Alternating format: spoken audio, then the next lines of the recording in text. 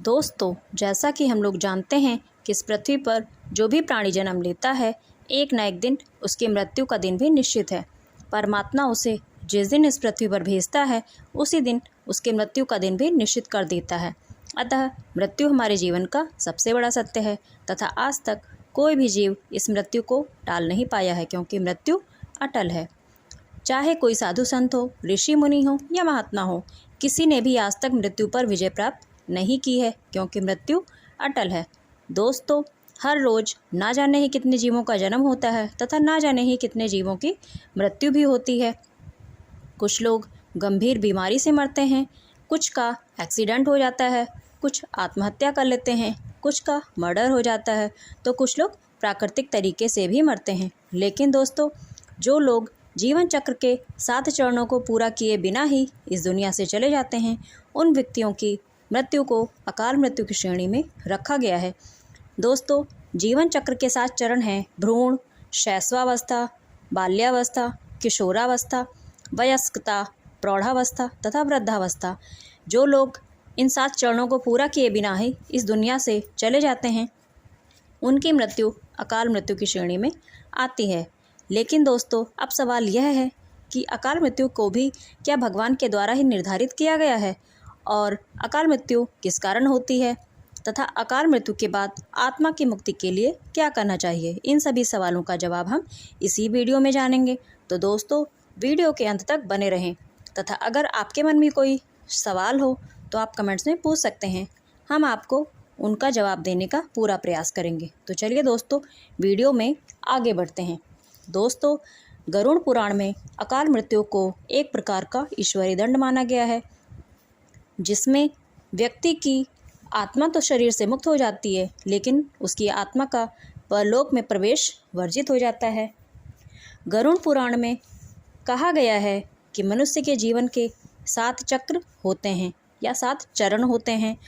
जो व्यक्ति इन चरणों को पूरा किए बिना इस दुनिया से चला जाता है, उस व्यक्ति की आत्मा को तृप्ति या मुक्ति नहीं मिल पाती है तथा मृत्यु के बाद भी उसे कई प्रकार से कष्ट भोगने पड़ते हैं।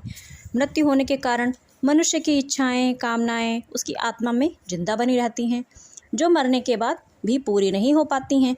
ऐसे में शरीर तो समाप्त हो जाता है, लेकिन उसकी इच्छाएं उसकी आत्मा में तड़पती रहती हैं और वे आत्माएं इधर उधर भटकती रहती हैं तथा अपने जीवित परिजनों को परेशान करती हैं।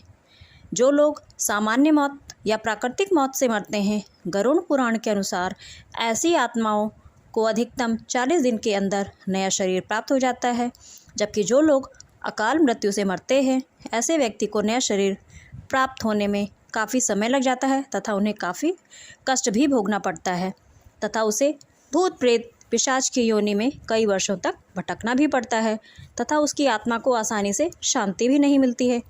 पुराणों के अनुसार अकाल मृत्यु की श्रेणी में आत्महत्या को सबसे नीचे का दर्जा दिया गया है। पुराणों के अनुसार ही जो लोग आत्महत्या करते हैं, वे ईश्वर का अपमान करते हैं, निरादर करते हैं तथा ईश्वर के इस जीवन रूपी वरदान की अवहेलना भी करते हैं। आत्महत्या करने वाले मनुष्य की आत्मा पृथ्वी लोक पर कई वर्षों तक भटकती है। जब तक आत्मा को उसका नया शरीर नहीं प्राप्त हो जाता, तब तक उस आत्मा को ना तो स्वर्गलोक में जगह मिलती है और ना ही नरक लोक में। ऐसी आत्माओं को मरने के बाद भी बड़ा पीड़ादायी जीवन जीना पड़ता है तथा उन्हें यमदूत लेने भी नहीं आते हैं। ऐसी आत्माओं को अपनी इच्छा से इधर उधर भटकना पड़ता है तथा अंधकार में जीना पड़ता है। गरुड़ पुराण के अनुसार 7 चक्र पूरा किए बिना जिस व्यक्ति की मृत्यु हो जाती है, उसे यह तक मालूम नहीं होता उसे जाना कहाँ है तथा वह आत्मा इधर उधर ही भटकती रहती है जब तक कि उसको नया शरीर नहीं प्राप्त हो जाता है। जो व्यक्ति जीवन के 7 चरणों को पूरा करके मृत्यु को प्राप्त होते हैं, उसे यमलोक में यमदूत लेने आते हैं तथा उसके अगले जन्म का क्रम भी निर्धारित कर देते हैं। दोस्तों, अकाल मृत्यु तब होती है जब व्यक्ति के धर्म कर्म की अवधि कम हो जाती है। मनुष्य गलत काम करके अपनी उम्र को स्वयं ही नष्ट कर लेता है तथा अकाल मृत्यु को प्राप्त होता है।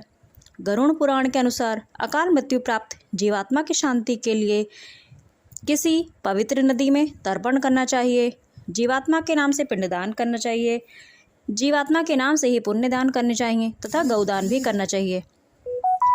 यह सब सत्कर्म लगभग 3-4 वर्षों तक लगातार करते रहना चाहिए।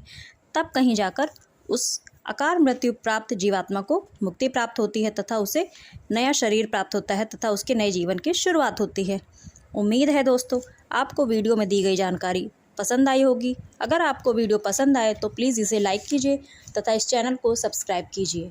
तो दोस्तों आज की वीडियो में बस इतना ही। हम आपसे मांगते हैं इजाज़त। तो वीडियो को अंत तक देखने के लिए आपका बहुत बहुत शुक्रिया। धन्यवाद।